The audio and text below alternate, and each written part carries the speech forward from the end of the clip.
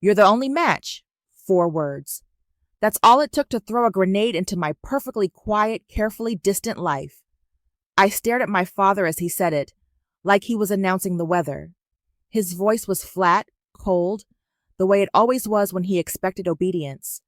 Like I was a broken vending machine he was trying to shake a soda out of. I should have walked out right then. Instead, I sat frozen in the stiff-backed chair in my aunt's living room, surrounded by people who once called me family. The air smelled like lemon-scented cleaner and fake sympathy.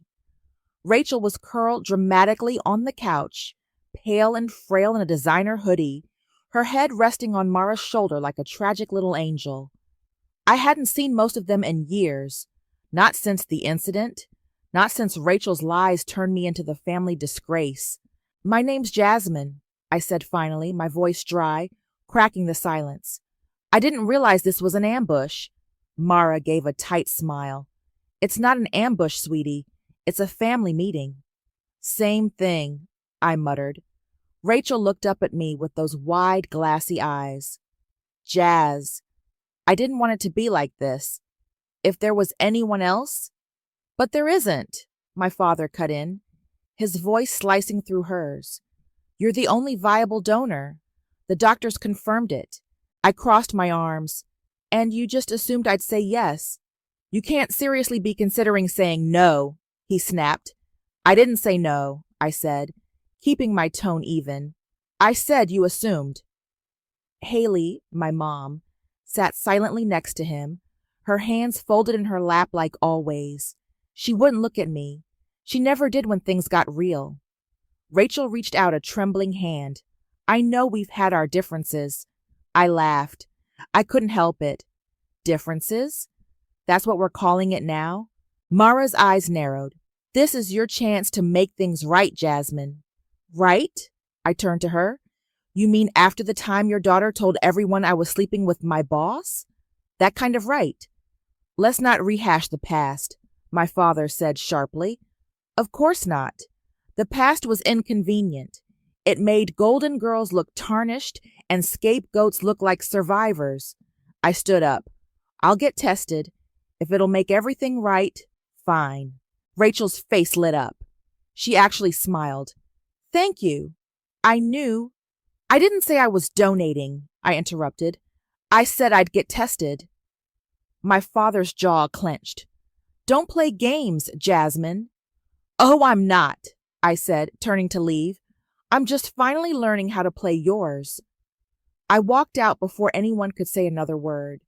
My heart was pounding, but my face stayed calm. I'd practiced that look for years. They thought I was agreeing. They thought they'd won. They had no idea. I'd seen this moment coming for years. The message came 2 days before. A group text from Mara. "Family dinner Sunday.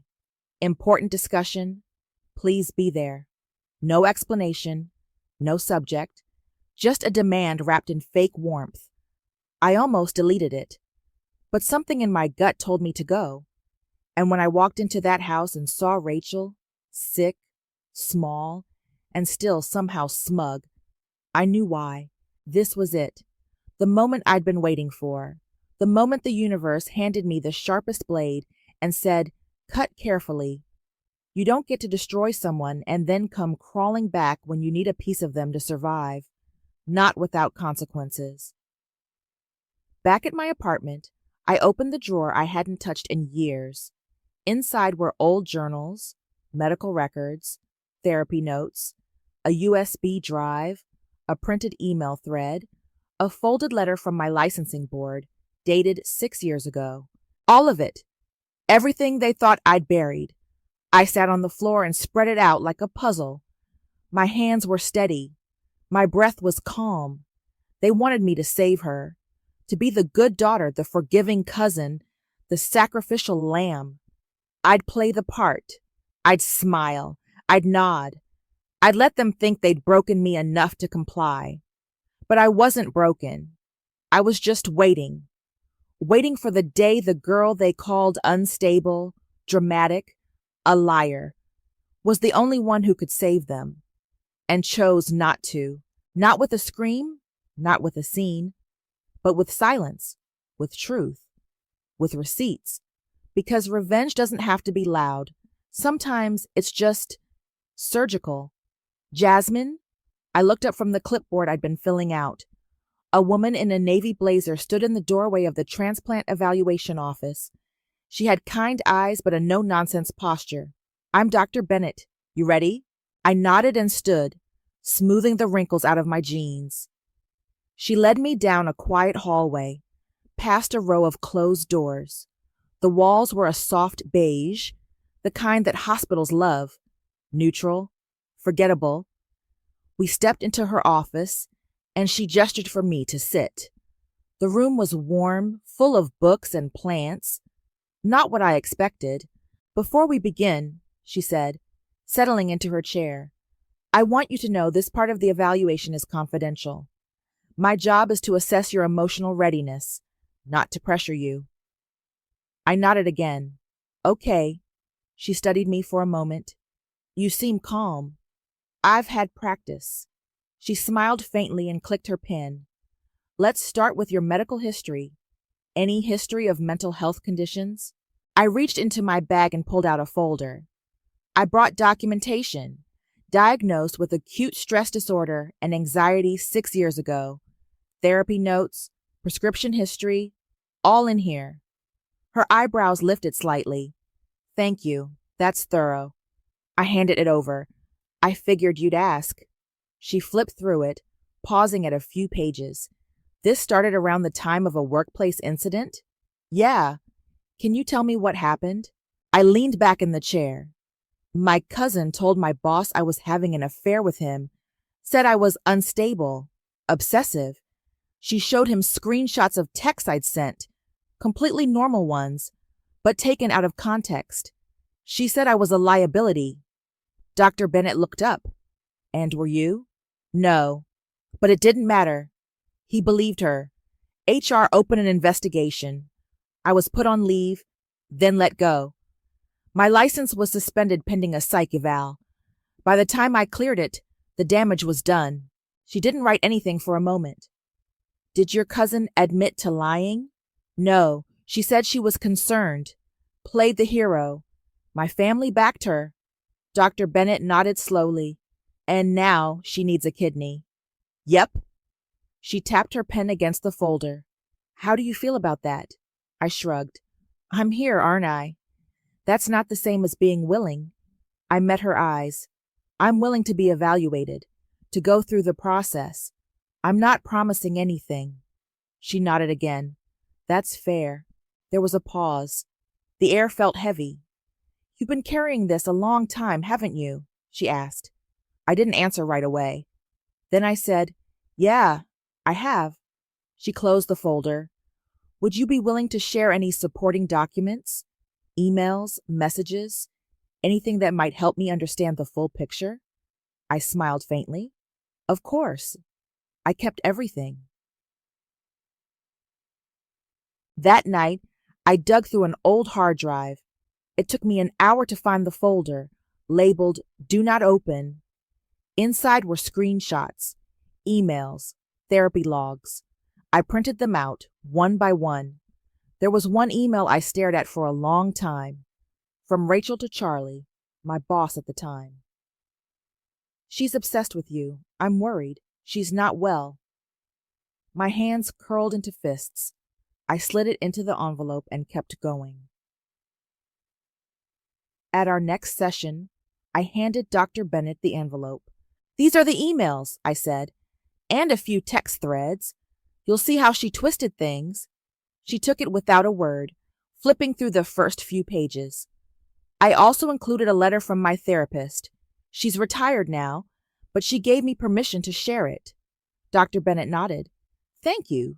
This is helpful. She paused, then looked up. Can I ask why you're going through with the evaluation? I tilted my head.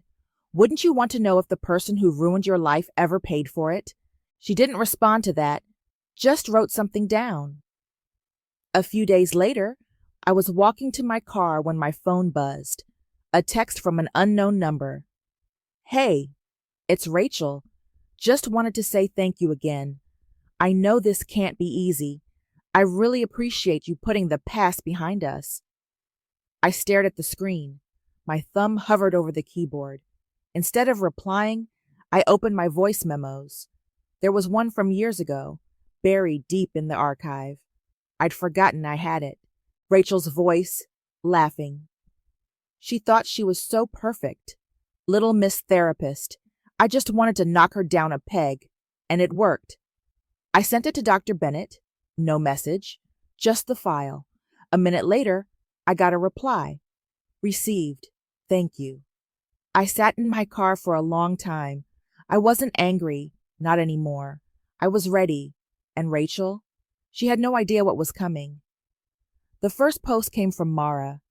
So proud of my niece Jasmine for stepping up in a time of need. Family is everything. Chop, gratitude. From Toss, selfless love. Then Rachel shared a filtered selfie from her hospital bed, IV in her arm, looking like a sainted martyr. Some angels don't have wings. They have courage. Thank you, Jasmine. You're giving me hope again. I nearly dropped my phone, laughing. Within hours, my inbox flooded with messages from people I hadn't heard from in years. Old classmates, neighbors, even a former co-worker who once called me emotionally unstable to my face. So brave of you. We knew you had a good heart. It takes a big person to forgive. It was like watching people clap for a play they didn't realize was a tragedy. Then came the casserole. Mom showed up at my door with it wrapped in foil, her eyes darting like she was afraid someone would see her. I thought you might not be eating well, she said, stepping inside before I could say no. You've lost weight. I took the dish and set it on the counter. You didn't come here for that. She looked down. Your father wants you to be prepared. There might be media attention. I turned around slowly. Media? She winced. Rachel's story is gaining traction. A few local outlets reached out. Alan thinks you should have a statement ready. Something simple. Gracious. I stared at her. You want me to play the hero for the same people who called me crazy? She flinched. That was a long time ago. No, it wasn't, I said. It still happens every time I walk into a room and someone whispers. She sat down at the kitchen table, folding her hands like she was praying. Jasmine, this could be your chance to start over. I leaned against the counter. Ever wonder why I didn't sue you all for believing lies without asking me once? She didn't answer. I opened the fridge, shoved the casserole in, and shut the door. I'll write a statement when Rachel writes a confession. She stood slowly. You're angry? No, I said. I'm awake. She left without another word. That night, I charged my old phone and dug through the voice memos again. I knew there was more. And there it was, one from a party years ago when Rachel was drunk and careless. Honestly, I did her a favor. She was too perfect, too smug.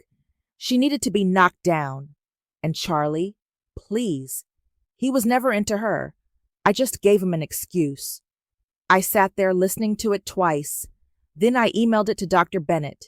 Subject, additional context, no message, just the file. Within minutes, she replied. This helps clarify things. I'll be in touch soon.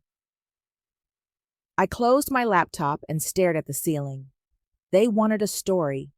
I'd give them one, but it wouldn't be the one they rehearsed. The next day, I got a call from Mara. Hi, sweetie, she chirped. I just wanted to say how proud we are of you. Everyone's talking about how brave you are. Uh-huh. And Rachel's been so emotional. She keeps saying how this might bring the family back together. I didn't say anything, Mara continued. I was thinking maybe we could have a little dinner after your next hospital visit. Just us girls, like old times. I finally spoke. The last time we had dinner, you told me I was an embarrassment. She laughed like I told a joke. Oh, Jasmine, that was years ago. Water under the bridge. Some bridges don't need crossing again, I said, especially when they're still on fire. She went quiet. Then, sweet as sugar, "Well, we'll see you soon. Take care of yourself." Click. I stared at the phone, then opened my camera roll. I had screenshots, texts from Rachel years ago, ones where she baited me into reacting, then used my responses as proof of instability. I sent them to Dr. Bennett, along with timestamps and a short note. She knew exactly what she was doing. Later that week, I got a message from someone I hadn't expected. Deacon. We used to work together. He was one of the few who didn't treat me like a pariah during the fallout. "Hey, just read about Rachel, crazy stuff. Hope you're okay." I replied, "Define okay." He sent back a shrug emoji. Then, "If you ever want to talk, I'm around. I remember more than you think." I stared at that message for a long time. Maybe I wasn't as alone as I thought. The next time I walked into Dr. Bennett's office, she didn't smile. "Jasmine," she said, closing the door behind me, "I've reviewed everything you sent. I also listened to the recordings." I nodded. "And?" She sat across from me. "This changes things. I'm going to request a family counseling session before we proceed further." "Why?" "Because I have concerns about your emotional safety, about the pressure being placed on you." I raised an eyebrow. "So I'm not the crazy one?" She gave me a look. "You never were." I let out a breath I didn't know I'd been holding. She leaned forward. "There are inconsistencies in Rachel's narrative. I need to explore them, formally." I nodded slowly. This was it, the beginning of the unraveling, and all I had to do was keep telling the truth. Rachel showed up to the counseling session in full performance mode, hair curled, makeup flawless, a silk scarf draped around her neck like she was auditioning for a Hallmark tragedy. "Hi, Jazzy," she said with a soft smile, sliding into the chair across from me. "You look good." I didn't respond, just looked at Dr. Bennett, who was already scribbling something in her notepad. She cleared her throat. "Thank you both for coming. This session is to explore any unresolved issues that might impact the transplant process. Honesty is important." Rachel folded her hands in her lap, all innocence. "Of course. I'm just so grateful we're even here. I know we've had bumps." "Bumps," I repeated. She nodded, eyes wide. "But I've grown so much since then. Haven't we all?" Dr. Bennett looked at me. "Jasmine, is there anything you'd like to say?" I leaned back in my chair. "I think it's interesting how Rachel keeps using vague words like bumps and differences, like she didn't actively destroy my career." Rachel's smile didn't falter. "That's not fair." "What's not fair?" I asked. "The part where you told my boss I was unstable? Or the part where you forged emails to make it look like I was harassing him?" Her voice dropped an octave. "I was trying to protect you." "From what? A promotion?" Dr. Bennett held up a hand. "Let's slow down. Rachel, can you explain what you meant by trying to protect her?" Rachel blinked, caught off guard. I just thought she was in over her head. I didn't want her to get hurt." "By getting a raise?" I said. "Or by dating someone you wanted for yourself?" Rachel's eyes flashed, but she quickly masked it.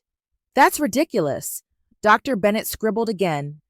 "I forgave you, you know," Rachel said suddenly, her voice soft. "Even after everything." My jaw clenched. "Forgave me for what?" "For what you said to Mom. For how you embarrassed the family." I laughed, sharp and humorless. "You lied about me, ruined my job, and somehow I'm the one who embarrassed the family?" Dr. Bennett looked up. "Rachel, have you ever taken responsibility for what happened?" Rachel gave a little shrug. "We were young. People make mistakes." "Mistakes?" I said. "You called me a stalker." Rachel turned to Dr. Bennett. "This is exactly what I mean. She's still so angry. I don't think she's emotionally stable enough to make this decision." Dr. Bennett's pen stopped moving. I stared at Rachel. "You just proved my point. Again."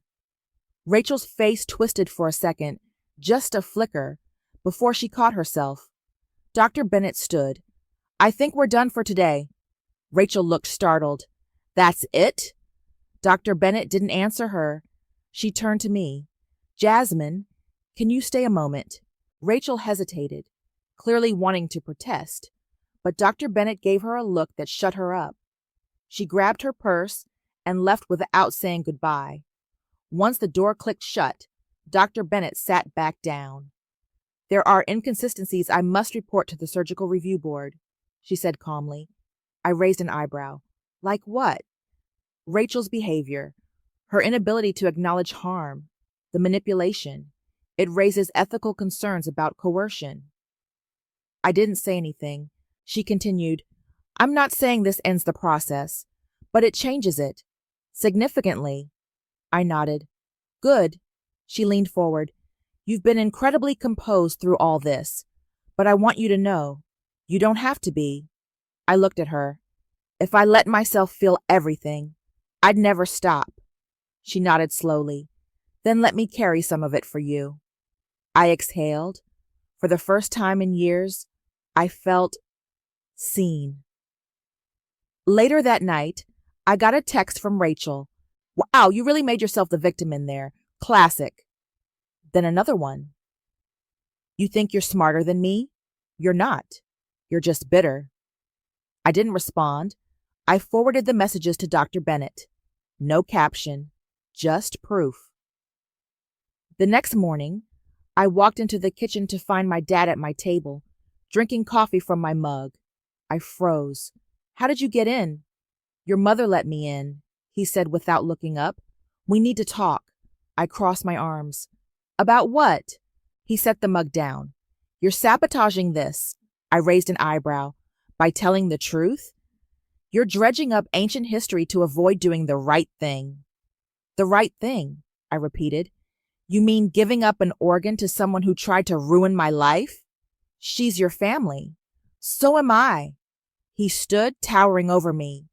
You've always been difficult. Always needed to be the victim. I stepped closer. And you've always needed a scapegoat. I just stopped volunteering. He clenched his jaw. You'll regret this. I smiled. No, you will. He stormed out, slamming the door behind him. I stood there, heart pounding, but steady. Dr. Bennett was right. I didn't have to be composed, but I was, because I was finally in control. The ethics board meeting was scheduled for 10 a.m. on a Wednesday. By 10:17, I was medically disqualified as a donor. Dr. Bennett's report was clear. Due to the psychological trauma inflicted by the recipient, proceeding with the transplant would pose significant emotional risk to the donor. Recommendation: disqualify on ethical grounds. I didn't cry. I didn't smile either. I just sat in the hallway outside the hospital's transplant wing, staring at the wall while the news settled like dust. My phone buzzed. A text from Mom. Call me. Your father is livid. I put it face down on the seat beside me. Then I stood, grabbed the manila envelope from my bag, and walked out of the building. Charlie's office hadn't changed. Same glass walls, same overpriced art on the walls, same fake warmth in the receptionist's voice when she said, He's just finishing up a call. Can I tell him who's here? Jasmine, I said, watching her expression flicker. She nodded and disappeared down the hallway. 2 minutes later, Charlie stepped out. He looked older, hair thinner, suit tighter, but still smug. Wow, he said, forcing a smile. This is a surprise. I held up the envelope. I figured it was time. He gestured toward his office. Let's talk. I walked in, sat down, and placed the envelope on his desk. What's this? He asked, already uneasy. Emails. The originals. The ones you said were real. He didn't touch it. I don't know what you're trying to... She forged them, I said. You knew. You used them anyway. He leaned back. That's a serious accusation. I have timestamps, IP logs, the voice memo of her bragging about it. Want to hear it? He swallowed. Why now? Because Rachel needs a kidney, I said, and everyone's acting like I'm the villain for not handing one over. He looked away, jaw tight. You don't understand the pressure I was under. HR was breathing down my neck. She came to me crying, said you were unstable, and you didn't think to ask me? I was protecting the company. I stood. No, you were protecting yourself. He looked up. Are you going to go public with this? I picked up the envelope and slid it back into my bag. Did I say that? He blinked. Then what do you want? I want you to remember this moment, I said, when you realize the lies you used to climb are the same ones that could pull you down. I walked out without waiting for a response. That night, I met Deacon at a little coffee shop near my apartment. He was already at a table, nursing a tea. Hey, he said, standing when he saw me. You look intense. Long week, I said, sitting across from him. He leaned forward. I've been thinking about what you said, about Rachel. I nodded. She dragged you into it too, didn't she? He sighed. She asked me to lie, said if I backed her up, it would help the family.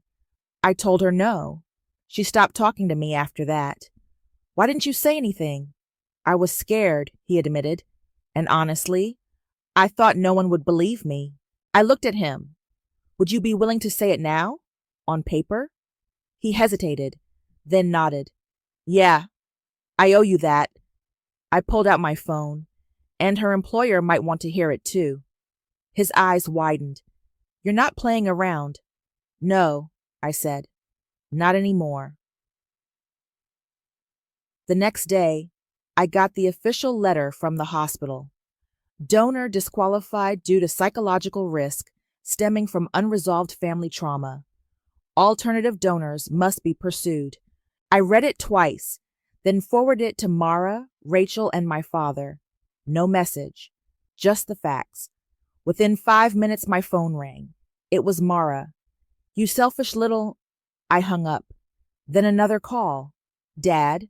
Ignored. Then a text from Rachel. You think you've won? You're sick? You've always been sick. I stared at it, then typed, no. I'm just finally healed enough to say no. I didn't hit send. I deleted it. She didn't deserve a response. Later that afternoon, Deacon emailed me a signed statement. He'd CC'd the hospital and Rachel's employer. I read it 3 times. In 2018, Rachel approached me and asked me to corroborate a false narrative about Jasmine involving inappropriate workplace behavior. I declined. I now realize my silence contributed to the harm caused. I replied with 2 words, thank you. Then I sat back and let the dominoes fall. By the end of the week, Rachel's employer launched an internal ethics review. The transplant board closed her file and advised her to seek alternative donors. And me? I sat in my apartment, sipping tea, watching the sunset for the first time in years, without feeling like I was drowning. They wanted a kidney. I gave them consequences. Charlie called me the next morning. I let it ring. Then he emailed. Please, can we talk? I'm not trying to make excuses. I just need to explain. I waited a full day before responding. Tomorrow, noon, same office. He was already pacing when I walked in. The blinds were drawn. His tie was loose. There were 2 coffees on the table. He'd guessed my order right. I didn't touch it. Jasmine, he said, voice low, thank you for coming. I sat down across from him. You have 10 minutes. He ran a hand through his hair. I panicked. Back then, HR was threatening to open a lawsuit. Rachel came to me with those emails, and I didn't question them. I should have. I know that now. You didn't just believe her, I said. You used it. You let them push me out. I was up for promotion, he admitted. They said if I handled it quietly, I'd get it. I was stupid and selfish. I leaned forward. And now? He sighed. Now I'm terrified you'll go public, that I'll lose everything. I stared at him. Did I say I would? No, he said quickly, but you could, and you'd be right to. I stood up. I didn't come here to threaten you. I came to remind you that people like me don't forget. He looked up at me. So what now? I picked up the coffee he'd bought me, took a sip, and set it down. Now, you live with it. Later that day, I met Deacon at the park. It was cold, but the sun was out, and the walking path was quiet. You okay? He asked, falling into step beside me. Better than I've been in years, I said. You? He gave a half smile. Still waiting for the fallout. She'll spin it, I said. She always does. Not this time, he said. I sent her boss a copy of my statement and the audio clip. There's not much to spin. I looked at him. That was brave, he shrugged. It was overdue. We walked in silence for a while. Then he said, I always wondered why you didn't fight back harder back then. I did, I said, just not in ways anyone could see. He nodded. You were always smart, scary smart. I smiled. That's what got me in trouble. He stopped walking. You think you'll ever forgive them? I looked out at the frozen pond. Forgiveness isn't the goal. Peace is. He didn't push, just walked beside me. No one had done that in a long time. That evening, I got the official notice. The hospital had closed Rachel's transplant file. She was no longer eligible to receive a kidney from me or from anyone until further review. I forwarded the email to my mother. No message. She replied with a single line. I'm sorry, I should have believed you. I stared at it for a long time. Then I put my phone down and turned off the lights. The next morning, I woke up to a news alert. Local PR executive suspended pending internal investigation. There was no name in the headline, but the photo told the story. Rachel, walking briskly out of her office building, sunglasses on, lips pressed tight. I scrolled through the article. Or allegations of workplace manipulation and ethical misconduct. I didn't feel joy. I didn't feel pity. I just felt done. Later that afternoon, I got a call from Mara.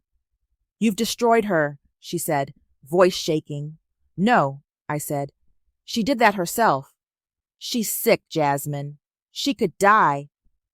She was sick before her kidneys failed, I said. You just didn't want to see it. Mara's voice cracked. You're a traitor to your own bloodline. I laughed. You made your golden child out of garbage and torched what was real in me. She hung up. I didn't call back. That night, Deacon and I sat on my couch, watching a documentary neither of us were really paying attention to. You ever think about leaving? He asked. All the time, I said. But I'm not running anymore. He nodded. Good. We sat in silence for a while. Then he said, You know, I used to think revenge was about getting even. And now? Now I think it's about getting free. I looked at him. Maybe it's both. He smiled. Maybe. Outside, the city lights blinked like distant stars. And for the first time in years, I didn't feel like I was on fire. I felt clean, unburdened, whole. The voicemail from Mara came in just after noon. You are a disgrace. Rachel's in the hospital again. Her numbers are worse. You could have saved her. You chose not to. You'll have to live with that. I deleted it without listening to the end. At 3:15, I pulled into the hospital parking lot for what was supposed to be the final transplant coordination meeting. Not for me, just a formality for the family, the doctors, and Rachel. I wasn't required to attend, but I did. I wanted to see it unravel with my own eyes. The conference room was already full when I walked in. Rachel sat at the head of the table, pale and furious, her arms crossed tight. Mara was beside her, whispering something into her ear. My father stood near the window, jaw clenched, refusing to look at me. Mom sat alone in the corner, clutching her purse like it was an anchor. The transplant surgeon walked in last, flipping through a folder. "Thank you all for coming," he said, settling into his chair. "We've completed the final review regarding the donor eligibility." Rachel perked up. "So when can we schedule the surgery?" The surgeon didn't smile. "There won't be a surgery." Silence. He continued, calm and clinical. "The donor, Jasmine, has been disqualified based on psychological evaluations and documentation of long-term emotional trauma directly connected to the recipient." Rachel's mouth fell open. "What?" Mara leaned forward. "I'm sorry, what trauma?" The surgeon looked at her, then back at Rachel.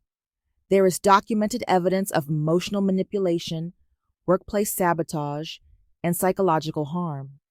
The ethics board ruled that proceeding would endanger the donor's mental health." Rachel stood up. "That's ridiculous. She's lying. She's been trying to ruin me for years." The surgeon didn't flinch. "We have recordings, emails, and third-party witness statements. This decision is final." Rachel turned to me, eyes wild. "You did this. You planned this."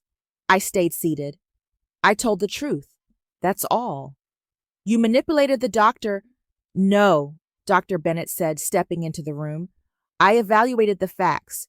You gave me plenty." Rachel's voice rose. "This is a setup. She's always been jealous of me." Security appeared at the door before she could finish. The surgeon gestured toward them. "I'm going to have to ask you to leave, Rachel." "You can't do this," she shrieked. "She's sick. She's the one who's sick." The guard stepped forward. Rachel backed away, still shouting. "You'll regret this, Jasmine. You'll regret it." They escorted her out. The door slammed behind them. Mara stood slowly. "You've killed her." I looked her dead in the eye. "No, you did that the day you taught her she could do whatever she wanted and never face consequences." She opened her mouth, but nothing came out. Dad walked past me without a word. Mom lingered. "Jasmine." I looked at her. "I'm sorry," she said, voice barely above a whisper. I nodded once. "I know." She left. I sat alone in the room with Dr. Bennett. She looked at me. "You okay?" I exhaled. "Yeah." Outside the hospital, the press had already gathered. Microphones, cameras, flashbulbs. Rachel's suspension had gone public. So had the transplant rejection.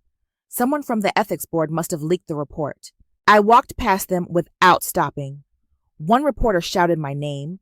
Another asked if I had a comment. I kept walking. No sunglasses, no scarf, no shame. For the first time in years, I didn't feel like a ghost. I felt real. And finally, free. The phone rang twice before I picked up. "Hey," Mom said, voice soft. "I made lemon bars. Thought I'd drop some off." I glanced at the clock. "You don't have to bring anything." "I want to," she said. "Just for you, no casseroles, no messages." I paused. "Okay, I'll buzz you in." When she arrived, she looked smaller. Not physically, just quieter. She handed me the tin and stepped inside like she wasn't sure she was allowed. "They're still warm," she said, setting them on the counter. I opened the lid. "You remembered I like them without powdered sugar." She smiled faintly. "I remember more than you think." We stood there in silence for a moment. "How's Rachel?" I asked. She blinked. "Still in the hospital. They're looking for another donor. No luck yet." I nodded. "And Dad?" She hesitated. "He's not speaking to me." I raised an eyebrow. "I defended you," she said, "in front of him. For the first time." I didn't know what to say to that, so I just said, "Thank you." She looked around my apartment like she was seeing it for the first time. "It's nice here. Peaceful." "It is." She picked up a photo from the shelf, me and Deacon, laughing on a park bench. "You look happy." "I'm getting there." She put the photo down. I think I believed her because it was easier than believing I'd failed you. I met her eyes. You didn't fail me. You just didn't fight for me. She nodded slowly. I'm trying now. I walked her to the door. She paused before leaving. I'm proud of you, Jasmine. I really am. I didn't say anything, but I didn't close the door behind her right away either. Later that night, Deacon and I sat on my balcony, wrapped in blankets, sipping tea. You see the news? He asked. I nodded. Rachel's employer let her go. He sipped his tea. She's still not taking responsibility, is she? Never will. He looked out at the street below. You think she'll get a donor? Maybe, maybe not. He turned to me. Would it matter to you if she did? I thought about it. No, not anymore. He nodded, then pulled something from his coat pocket. A folded piece of paper. What's that? He handed it to me. I wrote a letter to HR. Back then, I never sent it. I unfolded it. It was short, honest, regretful. I didn't know how to help you, he said, but I wanted to. You're helping now, he smiled. You ever think about going back to therapy work? I looked out at the city lights. Maybe. I don't know if I want to fix other people yet. I'm still working on myself. He nudged my shoulder. You're doing pretty damn well. I laughed. Don't jinx it. We sat in silence for a while, the kind that didn't need to be filled. The next morning, I opened my inbox and found a message from a former client, someone I'd helped years ago before everything fell apart. I don't know if you still check this, but I just wanted to say thank you. You helped me more than you knew. I hope you're okay. I stared at it for a long time. Then I hit reply. I'm okay, and thank you. That means more than you know. I closed the laptop and looked around my apartment. The plants were alive. The dishes were done. The air felt light. My phone buzzed, a text from Deacon. Walk later? I replied. Yeah, quiet sounds good. I grabbed my coat and stepped outside. The world hadn't changed, but I had. They asked for a kidney. I gave them consequences instead.